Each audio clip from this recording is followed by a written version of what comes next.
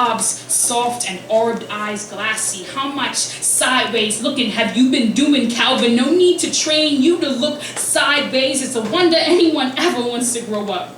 When the Peter Pan complex can create a lion cub or tiger, dream breakers age come with bills, dead ends, hangovers, and no imagination. Someone always telling you to stop looking and move a little bit, but shit, ain't this some shit? Sideways, still wondering if the slant is hindering or helping. Don't know if it's a trip or just another skip down his yellow brick paved head. Another mice, another half real world expedition with a boy that feels like he could have been him if he had been him. Drawing in pencils and pulling out laughs, boy that feels like his other half. Sideways could never be more Calvin. Calvin could never be more home. Hobbs could never be more real, and no one else ever has to believe it.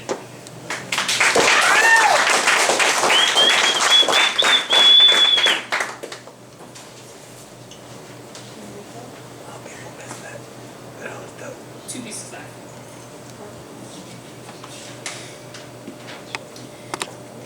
This next poem, I've been writing it for a very long time. I've been writing it since I met this person. Sometimes it's really hard, I get it, to be friends or family with a poet or a writer, because you're just going to show up in your work. You know what I'm saying? And I get that sometimes that might be uncomfortable. So I'm sorry. Okay. But yeah, this person means a lot to me, and I apologize if they get embarrassed.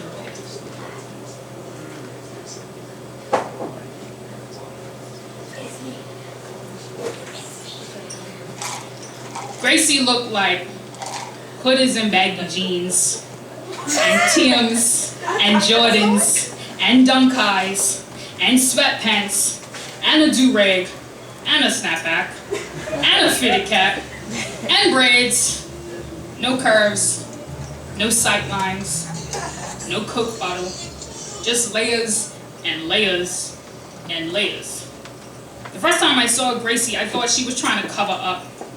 Thought that she was trying to hide from every aisle-bred eye that would deem her something of an anomaly, because she's so pretty, they say, too pretty to be under hoodie tee. Wife beater, do-rag, baggy jeans, kicks, braids, shades. What kind of girl looks like that anyway? Trouble ones? Those ones? Ones that wanna be boys, ones that don't want boys to me? At 19 years old, Gracie looked like a hero, walking around armorless and unflinching. She looked like raised fists and middle fingers and heart sewn onto jacket sleeves, ready to catch a tear with every extra stare or unrehearsed bigoted sneer. Fucking dyke! You think she don't feel that shit? A well-slung hate utter can cut silence and wrists if they're aimed correctly, but she still donned the uniform. She still rocked the hoodie tee. Wife beater, do-rag, baggy jeans, kicks, braids, shades. Gracie told me she wanted to be a poet.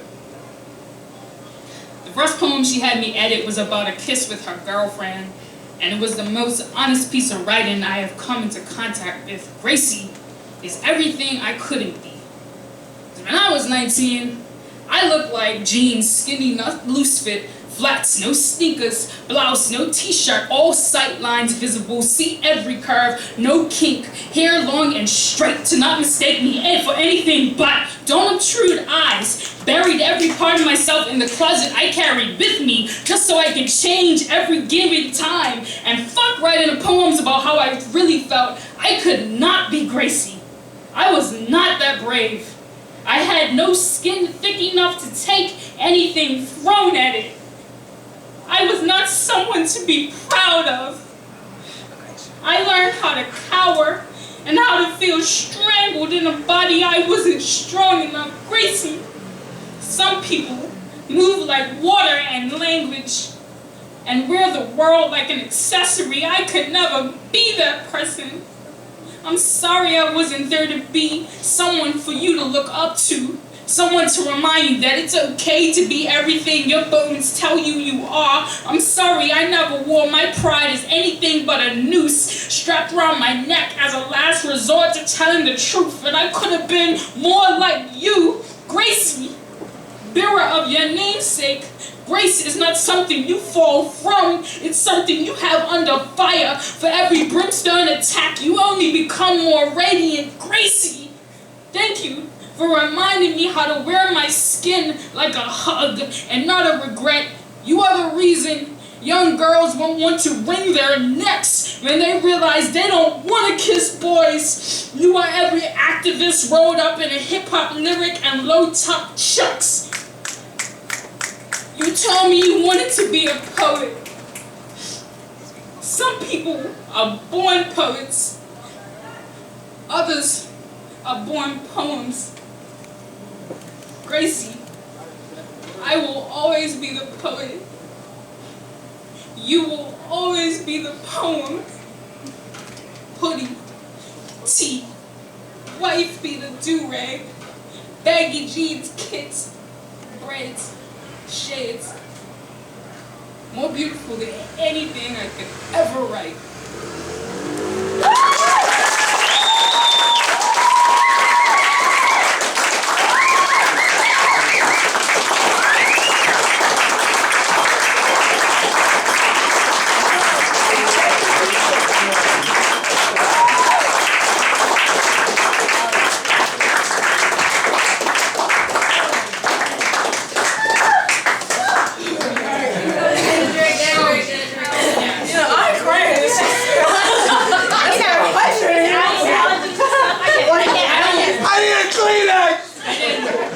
These aren't tears, I'm just leaking awesome.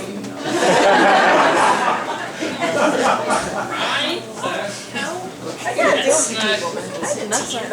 Again, the straight people cry!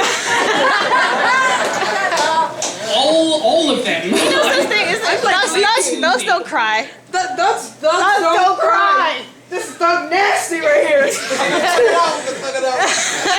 Awesome, just all over my face. Alright, so one more piece, and I'm not going to be doing it alone. I'm going to be doing it with that wonderful gentleman who graced the stage before me. He has a Griot session this week Saturday, so you can peep him, and I'm more than grateful for having him come and kick it with me for this last piece. So.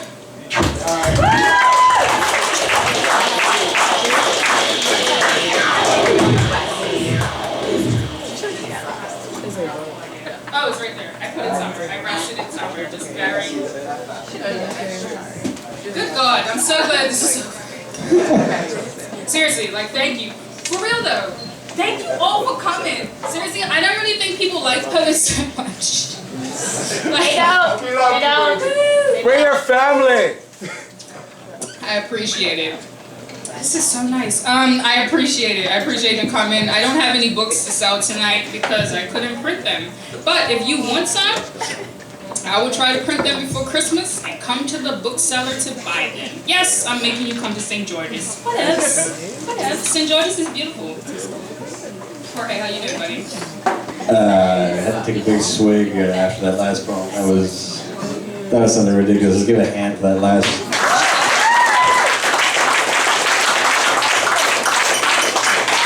If I'm going to put two sentences together that sound anything like what we heard tonight, I'm going to quit.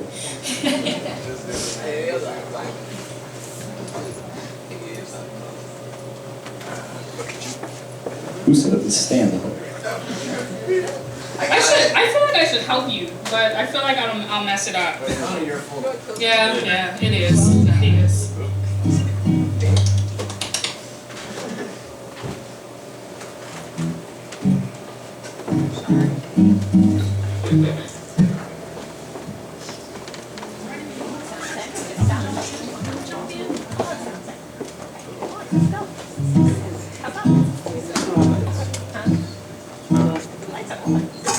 So I know this one girl, she kind of reminds me of Blue Notes, like Ben Kerman's minds of folks who hung from ropes while muttering hopes of maybe days of hands clutching things other than coiled fiber or spun harvest woven in attire.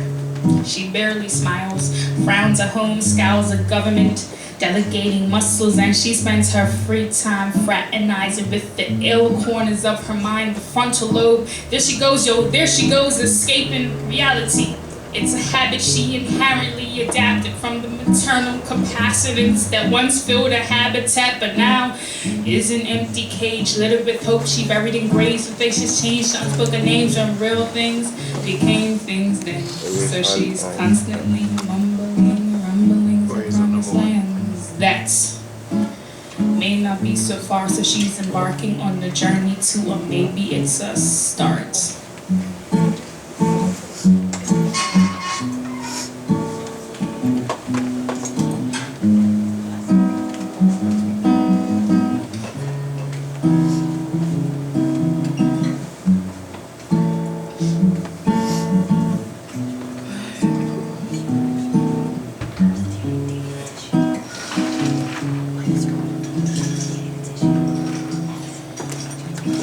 Maybe hattering heydays of momentary lapses of self-hating for chasing its destination, but she's waiting. Such a slave to impatience, but she's tired, I guess. An unrest soul she is, even her tears they fall continuous, watering the broken heart she harvests every January 21st. The worst, coldest spring she knows. Unbalanced rhythms in her spirit, even time her heartbeat to sorrow, so she can hear its sickness. She blames the faulty neurons. They must be sparking slow the brain that she's sure of. The cure she's praying for. Grace and mercy, humble sore, open chest wounds she has yet to tend to. For now she's tumbling through life's broken glass line avenues, ever blue, never ceasing to hum melodies of inconvenient truths that came with her. I wonder if we pull like paper, will the agony tear her? I asked her that question in the mirror. Stood in the mirror, I asked her that question in the mirror. Thank you for coming to my Griot session. It's been cool for you, I reckon. Cause yeah, I was leaking from my eyes. I'm awesome, I told you. Don't tell nobody I freaking cried, cause I didn't. Anyway, tip the bar, buy some extra drinks, put some fuel in your car. Give me some money, I wanna go back to school, cause reading and writing, it is extra cool. Thank you for being here, yeah, thank you for being here, thank you for being here.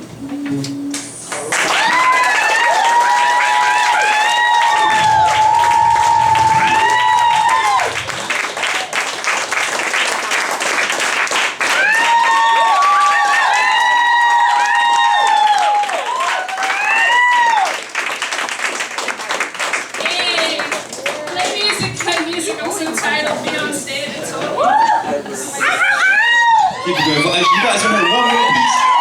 You want one more piece?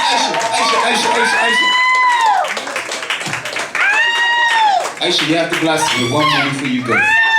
You have to do it. You have to do it. You have to do it. You have to do it. You have to do it. Trayvon Martin piece. I don't even like Stephen like that. And he's your husband from another life. That's why she doesn't like him like that.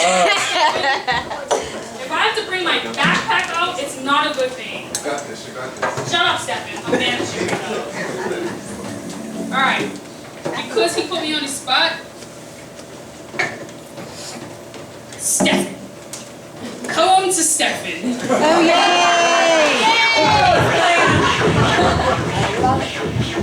If I could tell your mother what kind of son she bore, I would tell her that you are like every quiet storm that hushes doors and windows closed in the swell of the night, that stirs the waters but never shakes them too vigorously. How gentle a fierceness welled like a boy whispering fear off a ledge and to his toes to crest in the den with lions. You are the honey made of the roaring gut and cliff-hugging blooms swearing to spar with the gusts, the whitecaps, and the snapping beaks of Lazarus birds. Not every poet can hold a fire in their chest and not let it burn them.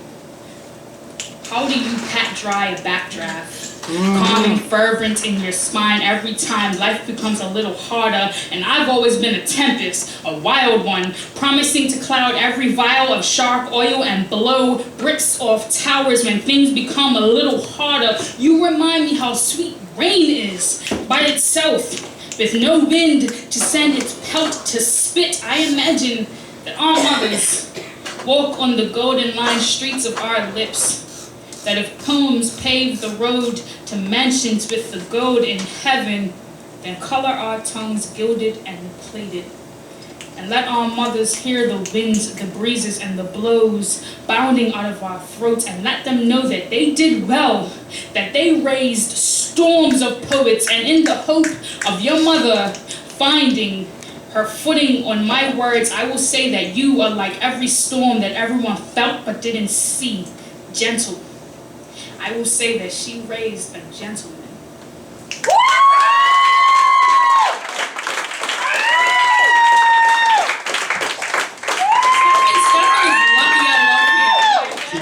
Yesha, everybody. You guys had a good night. She makes everybody cry. So, you guys have a meeting. We're gonna play some vibes. Make sure you support the bar supports the vibe supports your consciousness. Make sure to check out Saturday night. Jorge is gonna be playing Sundays open mic. Check Chewstick.org. Keep it going for Yesha.